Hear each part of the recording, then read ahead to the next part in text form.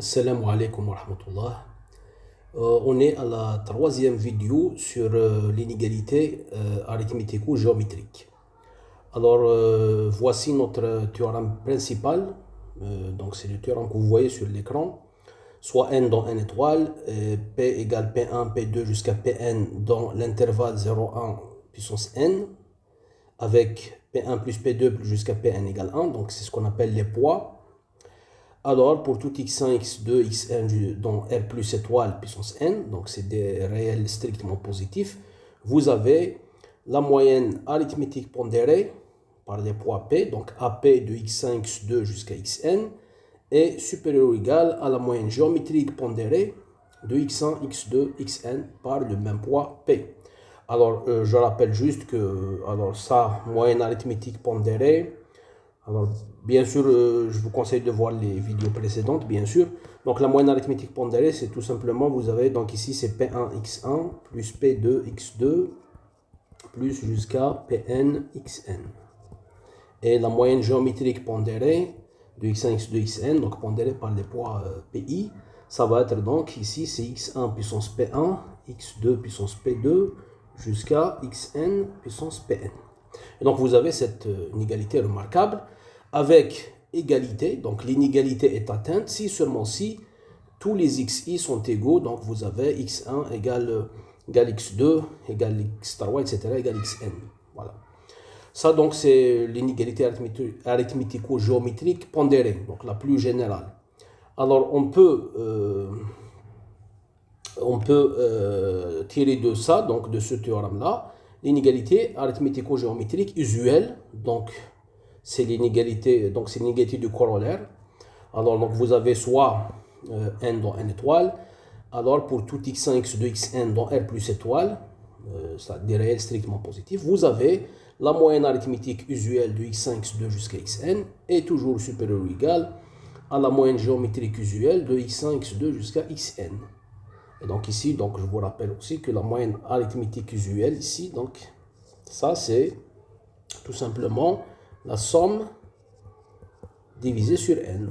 Donc x1 plus x2 plus jusqu'à xn divisé sur n. Et la moyenne géométrique usuelle, c'est le produit, donc x1, x2, xn à la puissance 1 sur n.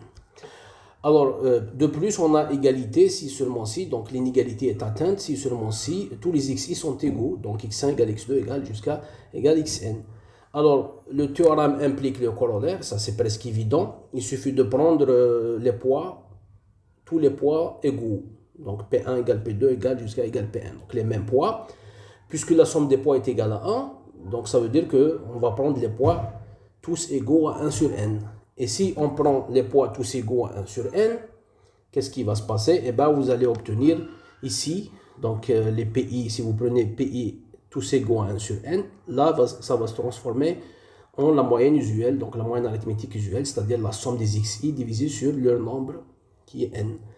Et là, si vous prenez les PI tous égaux à 1 sur n, vous allez obtenir le produit à la puissance 1 sur n, c'est-à-dire la moyenne géométrique usuelle. Donc, théorème implique corollaire, ça c'est presque évident. Maintenant, la prochaine fois, donc pas cette fois-ci, la prochaine fois, je vais vous démontrer que le corollaire, l'implication inverse, donc le corollaire implique le théorème. Ça c'est moins évident. Là, on va utiliser la densité de Q dans R pour démontrer ça. Donc, c'est assez, bon, c'est astucieux, mais c'est pas difficile. Donc, corollaire, on a aussi l'autre implication. Donc, corollaire implique le théorème. C'est-à-dire l'inégalité arithmético-géométrique usuelle, ça implique aussi l'inégalité arithmético-géométrique pondérée. Ça aussi, c'est vrai. Et là, pendant qu'on utilise une certaine astuce avec la densité de Q dans R. Alors, aujourd'hui, je vais vous donner la méthode de Cauchy pour démontrer le corollaire, donc c'est-à-dire pour démontrer cette inégalité arithmético-géométrique usuelle, c'est-à-dire la moyenne arithmétique d'un certain nombre de réels strictement positifs est toujours supérieur ou égal à leur moyenne géométrique, avec égalité si seulement si les xi sont tous égaux. Bon. Alors, donc, la méthode de Cauchy utilise une certaine récurrence, une récurrence assez spéciale. Alors, je rappelle donc ce qu'on connaît sur les récurrences. La démonstration par récurrence a été introduite vers l'an 1000 par Al-Karaji, mathématicien musulman, arabo-persan, pour démontrer certaines formules, c'est les sommes, donc la somme des carrés, somme des cubes, etc. C'était donc la première fois où une démonstration par récurrence a été utilisée. Notamment, donc, il a démontré les formules du type 1 carré plus 2 carrés plus jusqu'à n carré égale n plus 1, 2n plus 1 sur 6. Voilà, par exemple. Et puis, il y a sa formule aussi, c'est la somme des cubes. Ça, c'est la formule d'Al-Karaji. C'est 1 cube plus 2 cubes plus n cube. C'est n carré fois n plus 1 au carré sur 4. Donc, cette démonstration se trouve dans ces deux livres principaux, donc Al-Fakhri et Al-Badi' fi al-Hisab. On trouve donc ce genre de démonstration. Bien sûr, c'est pas formulé avec c'est pas formulé comme aujourd'hui, donc c'est une autre formulation qu'il appelle l'istiqra'. Bon, alors la récurrence usuelle, c'est ce qu'on enseigne depuis la terminale. Si vous avez une propriété qui porte sur les entiers qui sont supérieurs ou égaux à n0, avec n0 dans z, alors si vous supposez que Pn0 est vrai, donc c'est-à-dire que la propriété est vraie pour le premier terme, première supposition. Deuxième supposition, vous supposez que quel que soit n supérieur ou égal à n0, si Pn est vrai, alors Pn plus 1 reste vrai. Dans ce cas-là, vous avez Pn est vrai pour tout n supérieur ou égal à n0. Ça, c'est la récurrence usuelle. Et vous avez, pour un certain type de problème, la récurrence usuelle n'est pas suffisante. Alors, vous avez la récurrence forte. La récurrence forte, alors vous avez deux propriétés. D'abord, Pn0 est vrai. Donc, il faut que la propriété soit vraie pour le premier terme. Deuxième condition, ou bien propriété, quel que soit n strictement supérieur à n0, si Pm est vrai pour tout entier m strictement inférieur à n, alors elle reste vraie pour n. C'est-à-dire, si elle est vraie pour tous les termes qui précèdent n, au lieu de dire vrai pour n-1, on va dire vrai pour tous les termes qui précèdent n, qui sont strictement inférieurs à n, alors elle reste vraie pour n. Dans ce cas-là, dans ces conditions, alors vous avez Pn est vrai pour tout n supérieur ou égal à n0. Bon. Alors, donc ça c'est ce qui est connu, donc récurrence usuelle, récurrence forte. Maintenant, pour démontrer le corollaire, donc pour démontrer l'inégalité arithmético-géométrique, Cauchy utilise une récurrence assez particulière, une récurrence spéciale, que voici. Voici la récurrence que Cauchy utilise. Alors, vous avez une propriété qui concerne les entiers strictement positifs. Donc, P, ça concerne, donc c'est une certaine propriété qui concerne les entiers strictement positifs. Alors, quelles sont les conditions? Il faut que P1 soit vrai, donc vrai pour le premier terme, pour le premier entier, strictement positif, donc P1 est vrai. Deuxième condition, quel que soit n supérieur ou égal à 2, si Pn est vrai, alors Pn-1 est vrai. Vous voyez, donc ici, Pn implique Pn-1. Si Pn est vrai, alors Pn-1 est vrai. Et troisième condition, quel que soit n supérieur ou égal à 1, si Pn est vrai, alors P de 2n est vrai. Donc ici, c'est le double. P de 2n est vrai. Alors, dans ces conditions, si vous avez ces trois conditions, ces trois propriétés, alors Pn est vrai pour tout n dans n étoile. Bon, alors, pourquoi ça marche? Bon, ça, c'est intuitivement, c'est évident. Si vous avez P1 est vrai, bon, je vais l'écrire rapidement ici. Donc, vous avez P1. Alors, si vous utilisez la troisième propriété, Pn implique P2n. Donc, ici, P1, ça implique P2, le double. Et puis, P2, ça implique P4, etc. Je prends à chaque fois le double, P8, etc. Donc, en fait, donc vous avez P de n'importe quelle puissance de 2 est vrai. Et puis, si vous utilisez la deuxième propriété, Pn implique Pn-1. Donc ici, en fait, puisque P8 est vrai, donc ici P7 est vrai, et puis P7, vous avez P6 est vrai, etc. Et ben, il est clair que ça va être vrai pour tous les entiers strictement positifs. Bon. On peut donner une démonstration rigoureuse. Ce n'est pas notre objectif. Voilà, donc c'est une récurrence spéciale. En fait, cette récurrence, je ne connais pas d'autres problèmes on utilise cette récurrence particulière. Bon, elle sert spécialement, elle est faite spécialement pour démontrer l'inégalité arithmético-géométrique. Alors maintenant, je vais donner les détails. Voilà, donc on va donner la démonstration de Cauchy de l'inégalité arithmético-géométrique usuelle, sans les poids. Alors, on va commencer. Donc, n, donc ça va être dans n étoiles. Donc, c'est une propriété. Notre propriété, elle concerne les entiers strictement positifs. Donc, on est bien dans les bonnes conditions. Les bonnes conditions. Alors, Pn, ça va être quoi pour nous? Pn, donc ça va être, quel que soit x1, x2, etc., jusqu'à xn des réels strictement positifs, donc R plus étoile, vous avez la moyenne arithmétique de x1, x2 jusqu'à xn supérieure ou égale à la moyenne géométrique des mêmes nombres, avec égalité, si seulement si tous les nombres sont égaux. Donc x1 égale x2 égale xn. Voilà. Voilà donc notre propriété. On va la démontrer en lui appliquant le critère de récurrence spéciale de tout à l'heure. Bon, peut-être je le rappelle, voilà, il est là. Donc P1 est vrai, Pn implique Pn-1 et Pn implique P2n.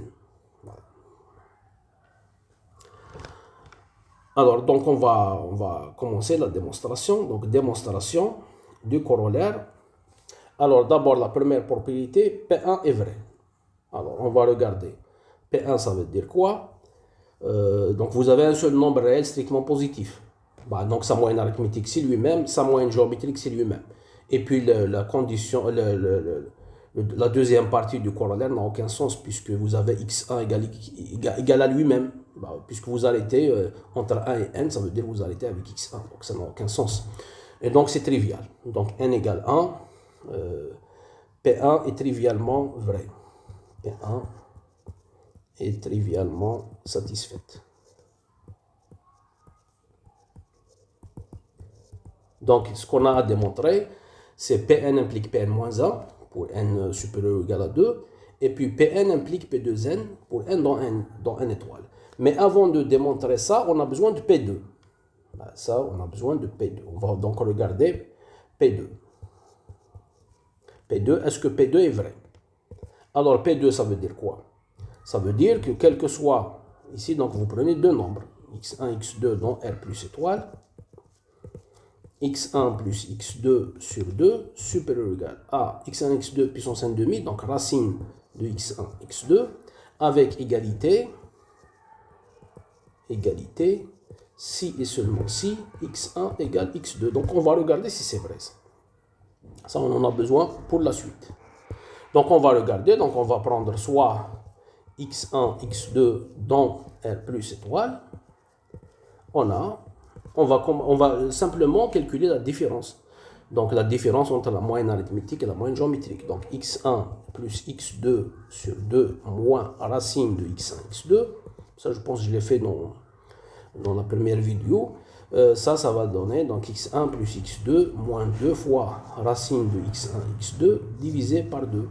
Et ça, donc on va avoir, ça vous remarquez donc que c'est tout simplement racine de x1 moins racine de x2 au carré divisé par 2. Voilà. Et comme c'est un carré, donc c'est positif. Et puis quand est-ce qu'on a égalité?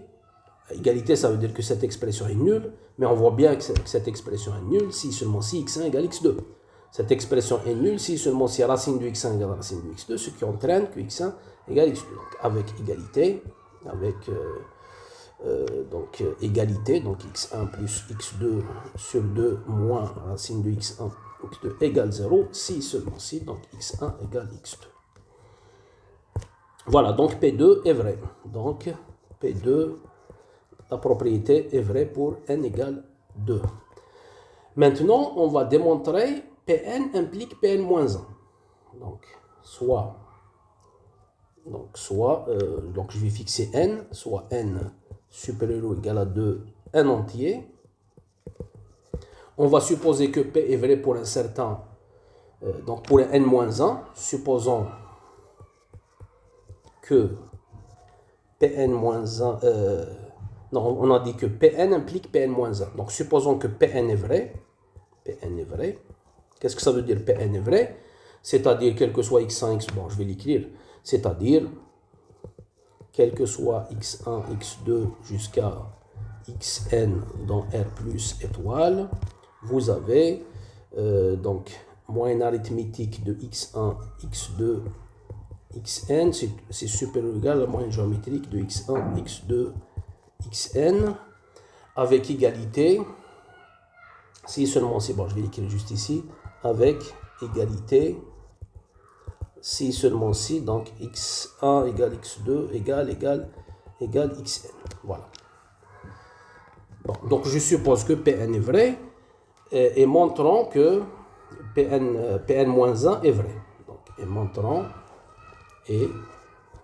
montrons que Pn-1 est vrai. Donc ça c'est Pn implique Pn-1. Donc la Pn-1, c'est-à-dire qu'il faut prendre n-1 nombre réel strictement positif. Donc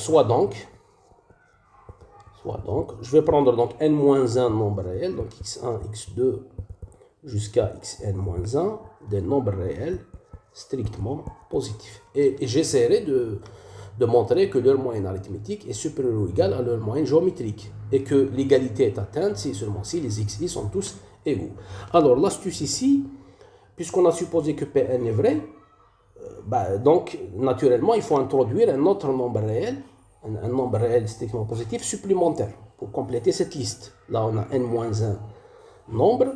Pour avoir un nombre, il faut donc introduire un nouveau nombre. Alors introduisons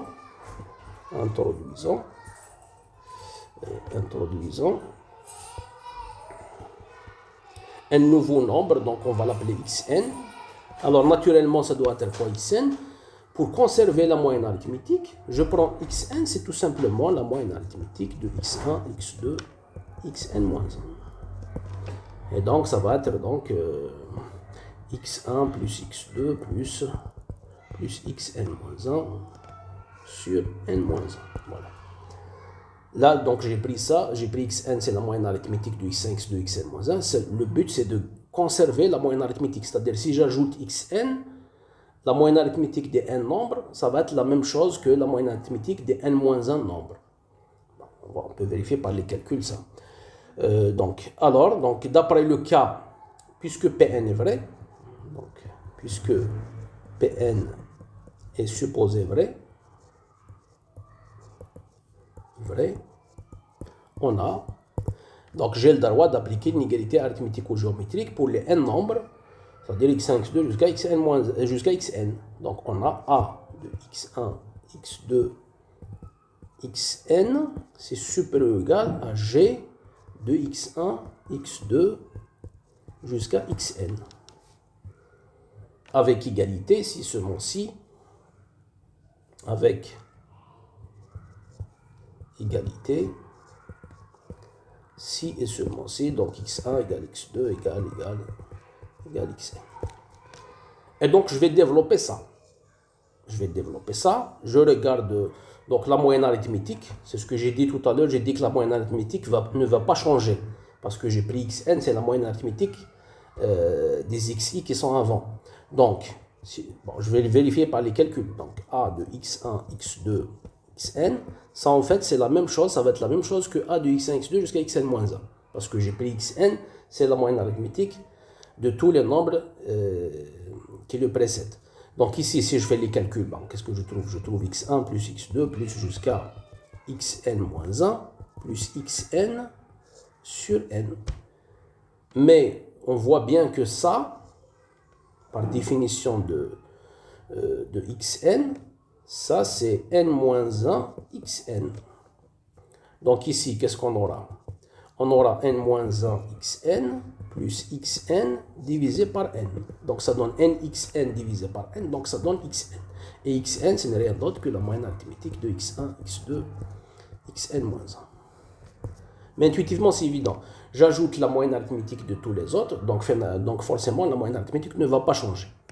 C'est-à-dire ici, la moyenne arithmétique des nombres x1 jusqu'à xn, c'est la même chose que la moyenne arithmétique des nombres x1 jusqu'à xn-1. Donc en fait, cette moyenne arithmétique, ce n'est rien d'autre que xn. Donc donc maintenant, comment cette inégalité va devenir? Donc ça, c'est équivalent à dire. Alors, la moyenne arithmétique, c'est xn, je remplace. La moyenne géométrique, c'est quoi? C'est x1, x2 jusqu'à xn, le tout à la puissance 1 sur n. Et je vais développer ça. Maintenant, on va développer ça. C'est-à-dire, on va développer, donc on va mettre tout le monde à la puissance n, donc xn puissance n supérieur ou égal à x1, x2, xn. Je simplifie avec xn. Je simplifie des deux côtés, donc je divise sur xn si vous voulez. Donc on va avoir ça, x2 jusqu'à xn-1. Je prends à la puissance 1 sur n, puissance 1 sur n-1 et j'obtiens xn supérieur ou égal à x1, x2, xn-1 puissance 1 sur n-1. Alors xn, c'est la moyenne arithmétique des deux xi qui sont avant, donc a x1, x2, xn-1. Et ce terme-là, c'est la moyenne géométrique de x1, x2 jusqu'à xn-1. Et puis on a égalité, en remontant, on voit bien qu'on a égalité si seulement si tous les xi sont égaux. Ben voilà, elle est là la condition. L'égalité est atteinte, l'inégalité est atteinte si seulement si les xi sont égaux. Alors, donc là, je viens donc de montrer que Pn-1 est vrai, ce qui montre que Pn-1 est également vrai. Voilà, donc j'ai démontré l'implication Pn vrai implique Pn-1 vrai. Alors ce qui reste, la dernière chose qui reste, c'est l'implication Pn implique P2n pour n dans n étoile. Alors, donc la chose qui reste, alors donc Pn, donc quel que soit n dans n étoile, il faut montrer que Pn vrai implique P2n vrai. Voilà ce qu'il reste à démontrer. Voilà, donc c'est ça. Alors, donc soit n dans n étoile, un entier strictement positif. Supposons que Pn est vrai, c'est-à-dire l'inégalité arithmético-géométrique est vraie, que Pn est vrai, et montrons que P2n est également vrai. Alors, donc je dois prendre 2n réels strictement positifs. Donc, on va prendre donc x1, x2, etc. xn plus 1, etc. Donc 2n, x2n dans R plus étoile. Et alors, quelle est la question qui se pose ici? La question qui se pose, c'est pourquoi la moyenne arithmétique de tous ces gens-là jusqu'à x2n est supérieure ou égale à leur moyenne géométrique. Et puis, il faut voir et pourquoi on a égalité si seulement si les xi sont tous égaux. Voilà. Sachant que Pn est vrai. Alors, regardez ce que je vais faire. Donc, alors, ce que je vais faire, je vais démarrer de là. Donc, on a la moyenne arithmétique de x1, x2 jusqu'à x2n. Ça, par définition, c'est x1 plus x2 plus etc. plus x2n sur 2n. Et ça, on peut l'écrire sous la forme suivante. x1 plus x2 sur 2 plus x3 plus x4 sur 2 plus etc. jusqu'à x2n-1 plus x2n sur 2, le tout sur n. C'est clair. Si vous sommez, vous allez trouver que c'est exact. Alors, mais ça, on voit bien que ce n'est rien d'autre que la moyenne arithmétique de x1 plus x2 sur 2, x3 plus x4 sur 2, etc. Puisqu'ici, il y a exactement un nombre. Quand vous sommez et vous divisez sur n, ça c'est la moyenne arithmétique. Donc 2n moins 1 plus x2n sur 2. Et donc là, j'ai le droit alors d'utiliser l'inégalité arithmético-géométrique parce que j'ai ici un nombre réel strictement positif. Donc ça, c'est supérieur ou égal, d'après, ici c'est car Pn est supposé vrai. Est supposé vrai. Donc qu'est-ce qu'on obtient? On obtient supérieur ou égal à la moyenne géométrique de tous ces nombres. Donc x star 3 plus x4 sur 2 jusqu'à x2n moins 1 plus x2n sur 2. Voilà. Car j'ai supposé que Pn est vrai, parce qu'ici on a exactement un nombre. Et là maintenant, là, bon, j'écris d'abord ce que ça veut dire ça. Donc ça c'est égal à... Bon. Donc ça c'est égal... Alors, quelle est la moyenne géométrique de tous ces nombres-là? C'est le produit à la puissance 1 sur n. Donc, c'est x1 plus x2 sur 2, multiplié par x3 plus x4 sur 2, etc.